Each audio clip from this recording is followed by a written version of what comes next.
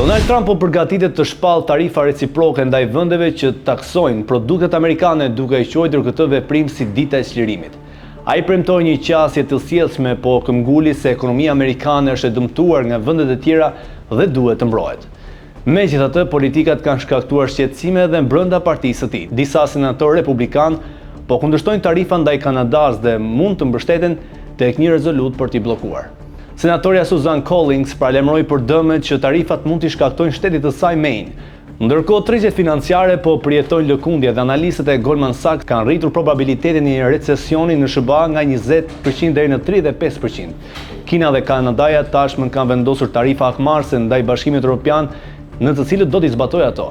Masat e saj do të merren nga prilli. Sekretari i Shtetit Scott Bessart përmendi 15 vende me disbalanca tregtare me Shtetet e Bashkuara, përfshirë Kinën, Bashkimin Evropian, Meksikën, Japoninë dhe Kanadan, të cilat mund të preken nga tarifat e reja.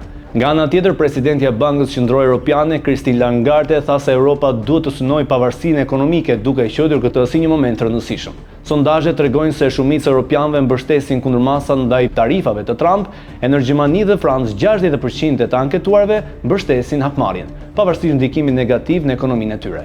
Në përgjithësi, 56% deri në 79% e europianëve në 7 vende të ndryshme favorizojnë tarifat kundër SBA-s.